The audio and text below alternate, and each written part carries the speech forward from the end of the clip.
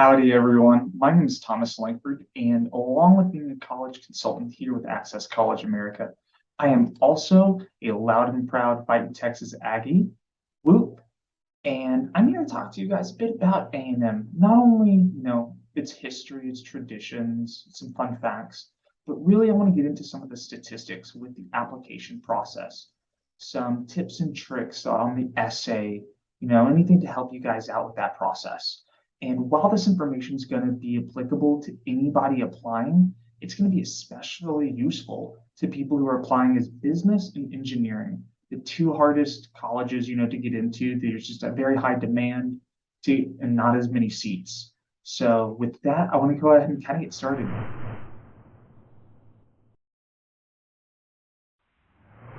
A&M is a public land grant research university. It's one of the largest in the nation. Actually, I believe it is, with over 67,000 students on campus, both undergrad and graduate students. Even for a place that big, it is very easy to get connected and to find your home there. There's, 133 undergraduate majors. There's over 1,000 student organizations. If, you're worried about the size of it, don't. You can absolutely find where you belong and definitely make your impact on campus. Now, campus, it is a place that is filled with tradition and history. And everyone knows A&M has a lot of traditions. And I want to tell you about a couple of my favorite. The first one I want to tell you about is Aggie muster. Aggie muster is a tradition dating back to World War II. And even further, Aggie muster is basically an Aggie holiday. Every April 21st, Aggies around the world will gather with Aggies in their hometown, near and far, and they'll just get together, break bread, have a meal, and talk about their time at Aggie Land. It is a tradition that on campus is a massive event with thousands of people, speakers, events, and there's Aggie musters happening across the world in other countries. And it may just be three Aggies who live in the same small village together in, rural Italy, and they'll get together and have, a meal and talk about their time at A&M. It is an event that is both exciting and fun and celebratory, but it's also meant to be solemn, and it's where you remember those Aggies who are no longer with us, who can't gather together that year. So it is a time to celebrate and also remember the Aggies who have passed. Another tradition I love at A&M is the Aggie ring. Now, let me see if you guys can properly see this, but the Aggie ring is a big piece of gold. It is, a class ring, but it's so much more than that. A lot of schools do something like that, but it's not very popular. Not a lot of people get it. But at A&M, it's huge. Everyone gets it. It is important.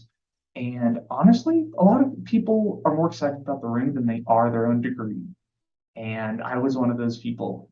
And it's a networking tool. People have gotten job offers. They'll go to an interview. The interviewer and the person interviewing both have Aggie rings. They make small talk. They connect. I've been in Italy on a hike, and I ran into Aggies at the top of a hike, and we got dinner together just because we both were wearing Aggie rings. Didn't know them, 20 years apart, but the Aggie ring is a networking tool that opens a lot of doors. So that is another amazing tradition. Two fun facts that not a whole lot of people know, that there is a popular TikTok YouTuber, social media person, Brittany Broski. You might know her as the Kombucha Girl. She went to A&M, and in fact, I was in a student org with her. So I don't know her that well, but I was there before she became famous. Fun fact. Another cool thing for any of you people who like music and know the group Surfaces, Colin, one of the two members of it, went to A&M and graduated from A&M, kind of started Surfaces while he was a student. So yeah, there's so much going on with A&M. I love it. I could talk about it all day, but let's go ahead and get into some numbers. So these numbers are the most recent, most up to date. And right now, the high school senior class of 2022 just started at A&M. So they're the freshman class, and they're, the class of 2026. For that application group, A&M got over 52,000 applications, and they offered admission to about 22,500 of them for a 43% admission rate. Now, What that means is that application numbers are going up and admission rate is going down. And what's important to know is that's just acceptance into the university. Now, if you have a very particular major in mind, and I know for a lot of you guys watching, it's going to be engineering or business, that acceptance rate for those programs is much lower. That if they are limited seats with a lot of people trying to get in. So keep that in mind. And along with that, the increase of applications meant there was a 3% increase in the number of students applying from the top 10% of their high school. So that means, it's even more difficult if you're top 10% and that's your bet on getting in, that you're competing with more people than ever before. Now, A&M is test optional with the SAT and ACT, but I always strongly recommend it, especially if you're looking at a program that something like math and STEM-based things are going to be important. So while it doesn't hurt you necessarily to not send those scores in, good test scores can really help you. Now, with it being test optional, less people are sending in scores. The better test takers are the ones still sending. So the typical score you're seeing on SAT and ACT is only going up. I tell students you really want to shoot for that 75th percentile in test scores.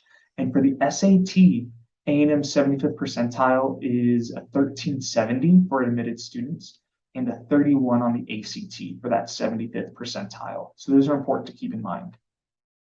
Now, here are some tips on that application itself and what to keep in mind. A&M is rolling admissions, which means there's a date the test opens and the date it closes. And if you apply sooner rather than later, A&M will be sending out information telling you, hey, like you got in. And so what's important about that is these people who are making these decisions, these admissions officers, they're trying to build a community, a mini city on campus, if you will, and they're trying to balance it out. And if you're getting your application down to the wire, they may not have any spots left for what you're trying to, that role you're trying to fill. They've got a certain number for out-of-state students, a certain number for engineers, certain students, number of students from each district kind of thing. And the sooner you get your application read, the better chance you have because you're not competing with as many people with less seats. So I always recommend students get that application in within the first month that it opens. So keep that in mind. Another thing, A&M tracks demonstrated interest. So Aggies love talking about A&M, love people who love A&M, and they want to accept people who are going to get excited about the traditions, the student body, the academics. And so you got to show them that, hey, I want to be here. Visit campus. Let your admissions officer know that you're visiting, that you're opening up your emails, clicking the links, they're tracking that kind of stuff, believe it or not. And in that essay, I know, you're applying to a bunch of different schools, you may reuse your essay, and that's fine, but you gotta tailor it a bit towards A&M. Go and open it back up, add a couple of things, but not just surface level. Show them you've done some research about, a certain tradition or professor, something that isn't surface level information. So make sure your essay is a little bit more tailored to A&M than you might think, and that's going to take you a long way in that process. Now, another tip, specifically for engineering students, there is a specific short answer essay for that college of engineering. And basically the gist of the prompt is trying to figure out why engineering, why do you want to do this field? Because it's very popular and they're trying to make sure they're accepting people who want to be there. So when you answer that short answer prompt for engineering, you want to really show that you have interest and passion in the field, that you're researching it, you have been spending a lot of time and effort, you're involved in it one way or the other, you've started organizations, you're doing volunteer work, you've done, some kind of summer camp if possible. And with summer camps, you don't need to be spending money going across the country at some prestigious school. You can get really good work done that looks great on your application, going to your local community college over the summer and doing their engineering programs. So the opportunities, just finding them, just do that. You don't have to have the coolest name on your application that you did it at MIT or anything, although that would be awesome. So with that, just know that they really need engineers who want to be there.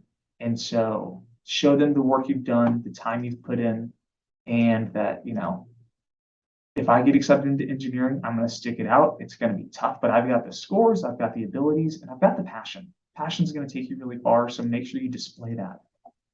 Um, Again, A&M is a wonderful, amazing school. I could talk about it all day, but I only have so much time, so I'm going to go ahead and end it here. But please feel free to reach out to us if you have questions or you want to learn a bit more about the process. All right, that's all I have for you guys today. Thanks and gig 'em.